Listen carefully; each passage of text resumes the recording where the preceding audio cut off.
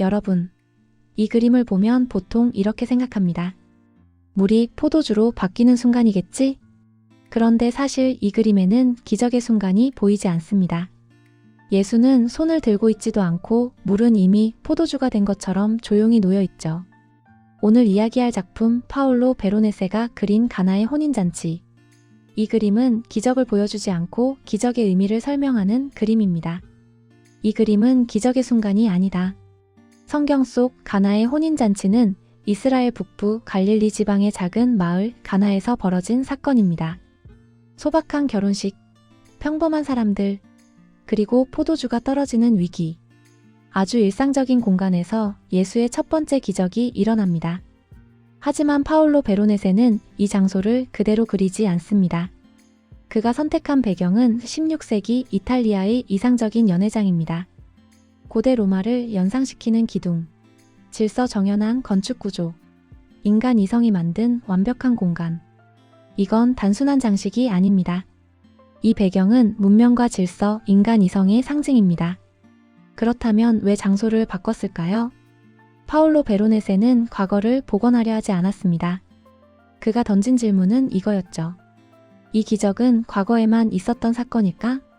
그래서 그는 기적을 가장 현대적인 공간, 당시 사람들이 가장 익숙하고 가장 완벽하다고 여긴 장소에 옮겨놓습니다.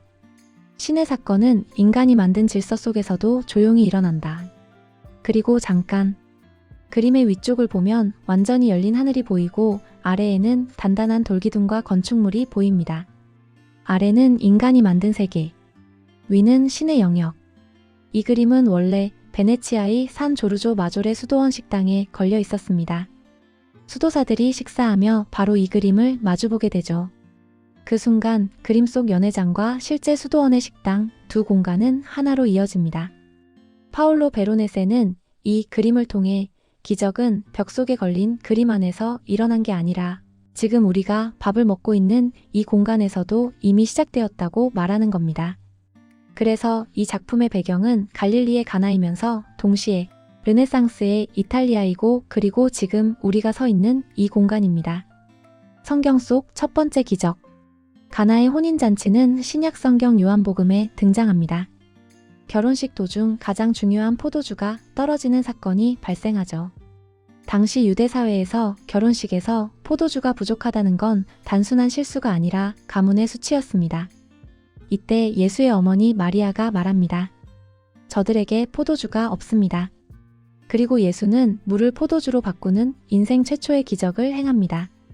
130명이 넘는 사람들. 이 그림의 크기는 가로 약 10m, 세로 6m. 거대한 식탁 하나에 130명 이상의 인물이 등장합니다. 놀라운 건 이 장면이 완벽한 대칭 구조라는 점입니다. 예수, 중심이지만 가장 조용한 인물. 그림 정중앙 식탁 한가운데에 앉아있는 인물. 놀라운 점은 그가 아무 행동도 하지 않는다는 것입니다. 손을 들고 있지도 기적을 선포하지도 주변과 시선을 크게 나누지도 않습니다. 파올로 베로네세는 이렇게 말합니다. 신성은 과시하지 않는다. 마리아, 기적을 촉발한 유일한 인물. 예수의 오른쪽 고개를 살짝 기울인 여인. 마리아는 이 그림에서 아무 말도 하지 않지만 가장 중요한 역할을 합니다. 인간의 부족함을 알아채고 예수에게 기적을 요청한 인물로 중재자이자 연결자입니다. 그녀의 시선은 기적이 아닌 사람들을 향해 있습니다. 마리아는 신의 어머니라기보다 인간의 상황을 이해하는 존재로 그려집니다. 신랑과 신부, 주인공이 아닌 주인공. 이 작품에서 정작 결혼식의 주인공인 신랑과 신부는 매우 눈에 띄지 않습니다. 왜일까요? 이 결혼식은 개인의 결합이 아니라 새로운 시대의 시작을 상징하기 때문입니다. 하인들, 기적을 아는 유일한 사람들. 그림에서 커다란 항아리를 들고 움직이는 사람들로 가장 역동적인 인물들입니다. 이들이 바로 물이 포도주로 바뀌는 과정을 직접 경험한 존재입니다. 흥미롭게도 이들은 사회적으로 가장 낮은 계층입니다. 기적은 가장 낮은 자리에서 가장 먼저 드러난다. 연회장 주인, 기적을 이해하지 못한 사람, 잔을 들여다보며 포도주를 검사하는 듯한 인물입니다. 그는 좋은 포도주를 이제야 내놓았군 이라고 말하지만 포도주가 어떻게 바뀌었는지는 모릅니다. 파올로 베로네세는 권위와 이해는 다를 수 있다고 말합니다. 군중. 아무것도 모르는 다수의 사람들. 이 그림에서 가장 많은 인물들로 그들은 먹고 이야기하고 웃고 흥정합니다. 기적은 이미 일어났지만 대부분은 알아차리지 못합니다. 파올로 베로네세는 말합니다. 세상은 언제나 기적이 일어난 뒤에도 똑같이 돌아간다. 이 그림의 인물들은 기적을 중심으로 모르는 사람, 부분적으로 아는 사람, 알고도 말하지 않는 사람, 전혀 관심 없는 사람, 모두가 다른 위치에 서 있는 인간 군상입니다. 숨겨진 디테일, 음악가들. 그림의 전면 식탁 앞쪽을 보면 4명의 음악가가 있습니다. 이들은 그냥 연주자가 아닙니다. 왼쪽부터 베로네세가 비올라를, 바사노가 오보에를, 틴토레토가 바이올린을, 티치아노가 콘트라베이스를 연주하며 좌중을 압도하는 모습입니다. 왜 화가들이 음악가로 등장했을까요? 파올로 베로네세는 말합니다. 회화도 음악처럼 조화와 리듬의 예술이다. 이 그림 전체가 하나의 거대한 교향곡처럼 구성되어 있습니다. 이 그림이 말하는 믿음. 가나의 혼인잔치 대부분은 물이 포도주로 바뀌는 기적만 봅니다. 그런데 화면 한쪽 고기를 써는 사람들이 있습니다. 이 장면은 예수의 희생을 암시하는 상징적 장치로 해석되기도 합니다.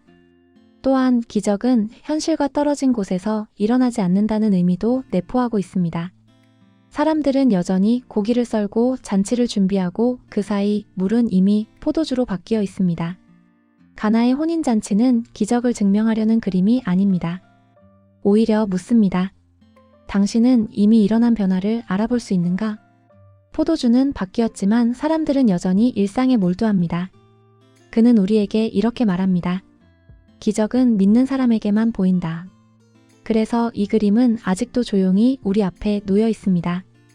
여러분이라면 이 잔이 바뀌었다는 걸 알아챌 수 있을까요?